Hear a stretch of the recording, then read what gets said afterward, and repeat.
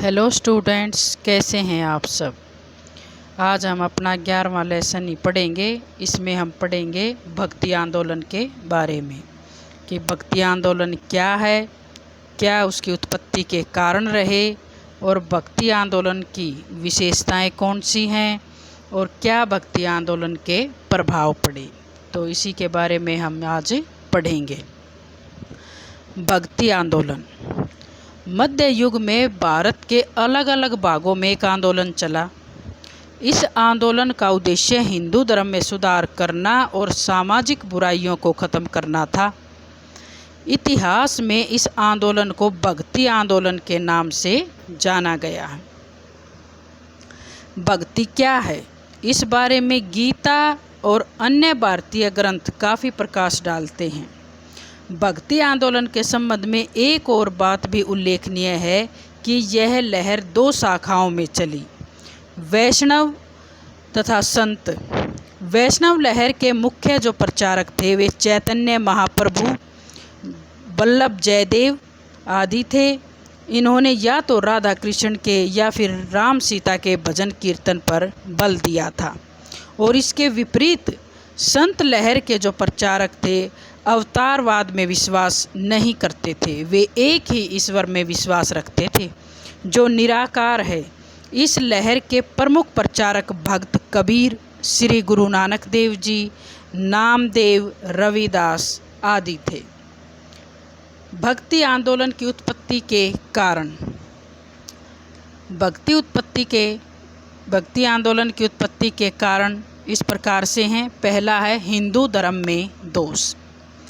हिंदू धर्म प्राचीन काल में एक आदर्श धर्म था, लेकिन मध्यकाल तक पहुँचते पहुँचते हिंदू धर्म अपनी प्रतिष्ठा खोने लगा था। इसमें बहुत सारे आडंबर आ गए थे। लोग अंधविश्वासी हो चुके थे। वे बलि और जादू टोने में विश्वास करने लगे थे। एक ईश्वर के स्थान पर कई देवी देवताओं की पूजा की जाने लगी थी। इन सभी कुप्रथाओं का अंत करने के लिए हिंदू धर्म के शुभ चिंतकों ने आवाज़ उठाई। उन्होंने बड़ी निर्भीकता से हिंदू धर्म के दोषों की निंदा की और सच्ची भक्ति का रास्ता दिखाया। दूसरा था इस्लाम धर्म। इस्लाम धर्म का खतरा। मध्यकाल में यहाँ मुस्लिम राज्य स्थापित हुआ और इन मुस्लिम आक्रमणकारियों ने भारत में हिंदुओं पर बहुत ज़्यादा अत्याचार किए। उन्हें बलपूर्वक इस्लाम में शामिल किया गया। उनके मंदिरों, मूर्तियों और साहित्य को नष्ट कर दिया गया। इससे हिंदू संस्कृति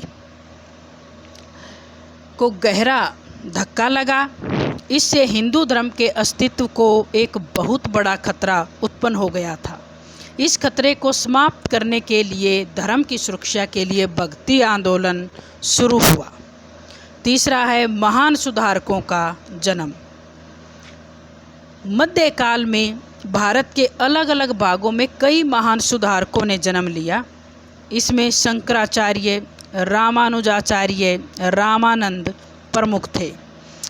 इन प्रचारकों ने बड़े साहस और उत्साह से हिंदू धर्म के दोषों के विरुद्ध आवाज़ उठाई। चौथा है सूफी मत का प्रभाव। सल्तनत काल में भक्ति आंदोलन के उदय में सूफी मत का भी बहुत बड़ा प्रभाव पड़ा। सूफी महात्माओं ने प्रभु की एकता, गुरु भक्ति और मनुष्य सेवा पर बल दिया। इस तरह से हिंदू मुस्लिम एकता पैदा हुई। अगला है मुसलमानों का यहाँ बस जाना। हिंदुओं को अब इस बात का ज्ञान हो गया था कि मुस्लिम लोगों को अब भारत से बाहर भगाना असंभव है। दूसरी तरफ मुसलमान भी इस बात को अच्छी तरह से समझने लग गए थे कि बलपूर्वक सभी हिंदुओं को मुस्लिम नहीं बनाया जा सकता। अब इन दोनों जातियों की इच्छा थी कि वे शांति और प्रेम के साथ एक दूसरे के साथ मिलकर रहें। इसीलिए उन्हें धार्मिक क्षेत्र में एक नया रास्ता खोजना था जो दोनों जातियों को एक दूसरे के नज़दीक ला सके। अगला है आश्रय की खोज। इस युग में हिंदू लोग अपनी राजनीतिक प्रभुसत्ता खो चुके थे और पराधीनता से मुक्त होने का उन्हें कोई रास्ता दिखाई नहीं देता था। आखिरकार नए रास्ते की खोज करना जरूरी हो गया। जब मनुष्य को मानवीय सहारे की आशा नहीं रहती, तब वह ईश्वर की शरण में जाने की कोशिश करता है, जिसके कारण इस काल में हिंदुओं ने भगवत भजन और आत्मचिंतन का रास्ता निकाला, इसी में अपनी शक्ति लगा दी। अब है भक्ति आंदोलन की विशेषताएं कि क्या क्या विशेषताएं थी। पहला है ईश्वर का महत्व। भक्ति आंदोलन की एक मुख्य विशेषता ईश्वर के सर्वशक्तिमान और सर्वव्यापक स्वरूप को प्रकट करना था। वह सृष्टि के कण कण में विद्यमान है। उसे मंदिर तथा मस्जिद में नहीं बल्कि दिल में खोजा जा सकता है। राम तथा रहीम एक ही ईश्वर के दो नाम हैं। नानक, कबीर और अन्य भक्तों ने लोगों को एक ईश्वर की पूजा करने का उपदेश दिया। और दूसरी विशेषता है गुरु की महिमा। संत प्रचारकों ने भक्तों को मुक्ति प्राप्त करने के लिए गुरु का होना जरूरी बताया। गुरु भक्ति के रास्ते पर चलने का ढंग बताता है। गुरु मनुष्य को अंधेरे से प्रकाश की ओर ले जाता है। सच्चे गुरु का मिलना कोई आसान काम नहीं है। इसका अनुमान कबीर के इस दोहे से लगाया जा सकता है कि गुरु गोविंद दोहु खड़े, काके लागू पाए, बलिहारी गुरु आपने, जिन्हें गोविंद दियो बताए। तीसरी विशेषता है जाति प्रथा में अविश्वास। भक्ति आंदोलन जाति प्रथा के विरुद्ध था। उनके अनुसार ईश्वर के लिए न कोई छोटा है और न कोई बड़ा, उसके लिए तो सभी समान हैं। चौथी विशेषता है आत्मसमर्पण। संतों के अनुसार मनुष्य को अपना सब कुछ उस परम पिता परमात्मा को अर्पित कर देना चाहिए। प्रभु की दया से मनुष्य के सभी बिगड़े हुए काम संपन्न हो जाते हैं और वह मोक्ष प्राप्त कर लेता है।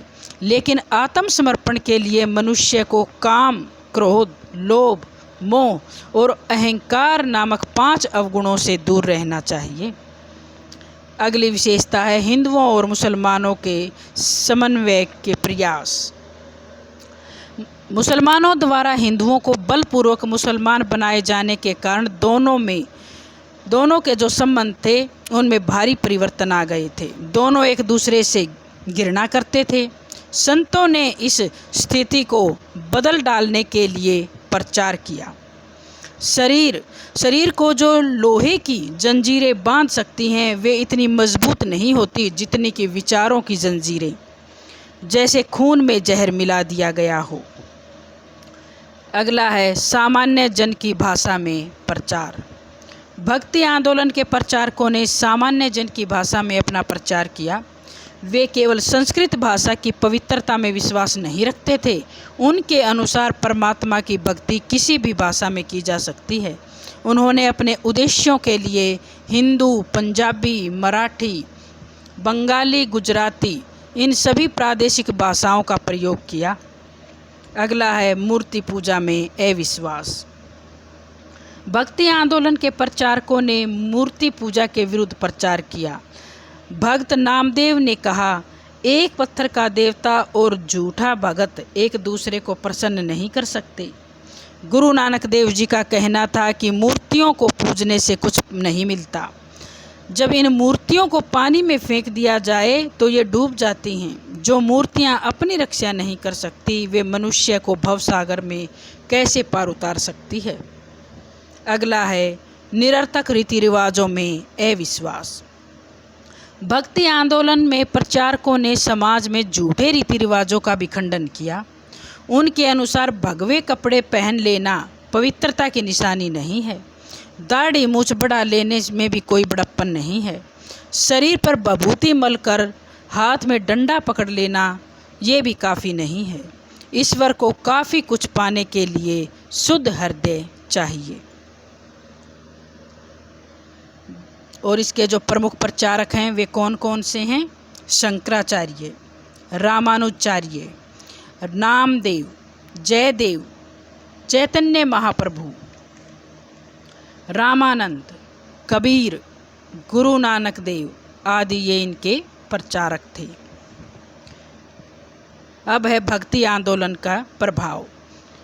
भक्ति आंदोलन की धारा शताब्दियों तक प्रभावित रही।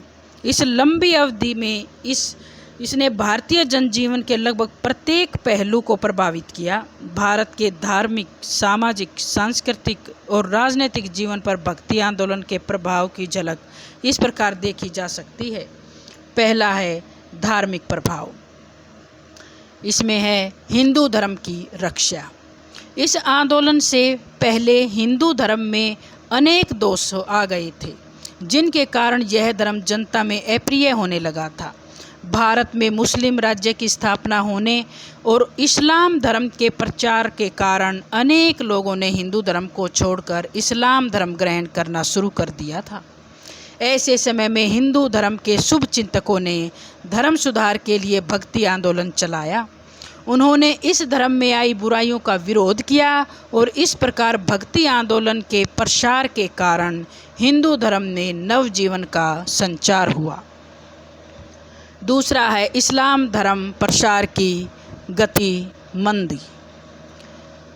भक्ति आंदोलन ने भारत में इस्लाम के प्रसार में दीवार का काम किया। मुस्लिम आक्रमणकारी भारत में मूर्ति पूजा का अंत करके इस्लाम का प्रसार करना चाहते थे। ऐसे समय पर भक्त प्रचारक भारतीय जनता के लिए वरदान सिद्ध हुए। इन संतों ने एक ईश्वरवाद और भ्रातृत्व के सिद्धांतों को अपनाया। इस प्रकार भक्ति आंदोलन के कारण भारत में इस्लाम प्रसार की जो तीव्र धारा थी वो मंदी पड़ गई। अगला है बौद्ध धर्म की अवनति। भक्ति आंदोलन के कारण जहां इस्लाम धर्म की गति मंदी पड़ गई, वहीं दूसरी ओर बौद्ध धर्म को भी काफ़ी हानि उठानी पड़ी। बौद्ध धर्म और हिंदू धर्म काफ़ी समय से आपस में प्रतिद्वंदी बने हुए थे। मुस्लिम आक्रमणकारियों के कारण बौद्ध धर्म पहले ही पतन की ओर जा रहा था और भक्ति आंदोलन के कारण बौद्ध धर्म का जो पतन की गति और भी तेज हो गई। अगला है ब्राह्मण के प्रभुत्व में कमी। भक्ति आंदोलन के प्रसार के कारण ब्राह्मणों का प्रभुत्व कम होने लगा। इस आंदोलन से पहले ब्राह्मण अपने स्वार्थों के लिए झूठे रीति रिवाजों पर काफ़ी बल देते थे और लोगों को बहलाकर समाज पर अपना प्रभुत्व स्थापित किए हुए थे। लेकिन भक्ति सुधारकों ने धर्म में व्यर्थ के कर्मकांड तथा झूठे रीति रिवाजों का खंडन किया, जिससे समाज में ब्राह्मणों का प्रभुत्व लगभग समाप्त ही हो गया। अगला है सिख मत का उदय। भक्ति संत गुरु नानक जी की शिक्षाओं ने आगे चलकर सिख धर्म का रूप धारण कर लिया। गुरु नानक देव जी के बाद जो अन्य 9 गुरुओं ने सिख धर्म के वृक्ष को खूब सींचा और उनकी कोशिशों से 1699 ईस्वी में इस धर्म ने एक अन्य भारतीय धर्मों से बिल्कुल ही अलग रूप धारण कर लिया। इनके अपने अलग धार्मिक ग्रंथ, अलग सिद्धांत और अलग तीर्थ स्थान बन गए। इसका वास्तविक श्रेय भक्ति आंदोलन को ही जाता है। दूसरा है सामाजिक प्रभाव। सामाजिक प्रभाव में है पहला हिंदू मुसलमानों का आपसी मेल मिलाप। भक्ति आंदोलन के कारण हिंदू तथा मुसलमान एक दूसरे के पास आए और उन्हें एक दूसरे को समझाने का मौका भी मिला। मुस्लिम आक्रमणों के समय ये दोनों धर्म एक दूसरे के प्रतिद्वंदी बने हुए थे और इन धर्मों के लोग एक दूसरे को घृणा की दृष्टि से देखते थे। लेकिन संत प्रचारकों ने उपदेशों के द्वारा दोनों धर्मों के लोगों को पास लाने की कोशिश की। दूसरा है जनसाधारण के दृष्टिकोण में व्यापकता। भक्ति आंदोलन ने जनसाधारण के दृष्टिकोण को व्यापकता दी। इस आंदोलन से पहले लोग अंधविश्वासों में फंसे हुए थे। वे ब्राह्मणों द्वारा कही गई प्रत्येक बात को चुपके से अपना लेते थे। लेकिन भक्ति आंदोलन के प्रसार से लोगों में अंधविश्वास का अंत हो गया और वे सच झूठ में अंतर समझने लगे। अगला है नीच जातियों का उद्धार। भक्ति आंदोलन के कारण निम्न जातियों का उद्धार हुआ।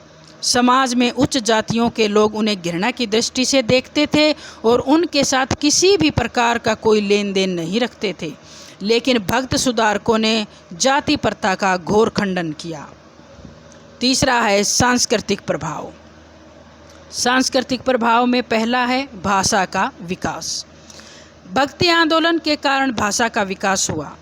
भक्त प्रचारकों ने नवीन शब्दावली की शुरुआत की, जिससे भाषा शुद्ध बनी। संत प्रचारकों ने भाषा का सरल रूप जनता के सामने प्रस्तुत किया। भाषा के सरल होने के कारण कबीर की सुधकड़ी बोली को काफ़ी लोकप्रियता मिली। दूसरा है साहित्य का विकास। भक्ति आंदोलन के कारण भारतीय साहित्य में भी बहुत ज़्यादा वृद्धि हुई। अलग अलग भक्त सुधारकों ने अपनी रचनाएं अलग अलग भाषाओं में लिखी। इसीलिए बंगाली, गुजराती, मराठी, पंजाबी, हिंदी सभी भाषाओं के साहित्य का विकास हुआ। तीसरा है हिंदू मुस्लिम कला का विकास। भक्ति आंदोलन के प्रसार से भारत में हिंदू मुस्लिम कला का विकास हुआ और सहनशीलता का समावेश हुआ, जिससे हिंदू तथा मुसलमान कलाकार एक दूसरे के पास आए। वे एक दूसरे की कला शैलियों से भी प्रभावित हुए और उनकी कलाओं का आपसी संगम भी हुआ। चौथा है राजनीतिक प्रभाव। राजनीतिक प्रभाव में पहला है अकबर की धार्मिक सहनशीलता की नीति। इसमें कोई शक नहीं है कि भक्ति आंदोलन एक धार्मिक आंदोलन था, लेकिन इसने राजनीति पर भी बहुत बड़ा प्रभाव डाला। अकबर की महान धार्मिक सहनशीलता की नीति अन्य तत्वों के साथ साथ भक्ति आंदोलन से भी प्रेरित थी। उसने हिंदुओं को उच्च पदों पर नियुक्त किया, उनके साथ वैवाहिक संबंध स्थापित किए और जजिया कर हटा दिया। उन्हें हर प्रकार की धार्मिक स्वतंत्रता दी गई। दूसरा है सिख तथा मराठा शक्ति का उदय। भक्ति आंदोलन का राजनीतिक प्रभाव यह भी था कि इसके कारण सिख शक्ति और मराठा शक्ति का उदय हुआ। पंजाब के गुरु नानक देव जी और अन्य नौ गुरुओं के भक्ति प्रचार ने सिख मत का रूप धारण कर लिया। धीरे धीरे सिखों ने शक्ति पकड़नी शुरू कर दी और 18वीं शताब्दी में उन्होंने अपने स्वतंत्र राज्य की स्थापना की। इस प्रकार महाराष्ट्र के भक्ति आंदोलन ने मराठों में एकता का सूत्रपात किया।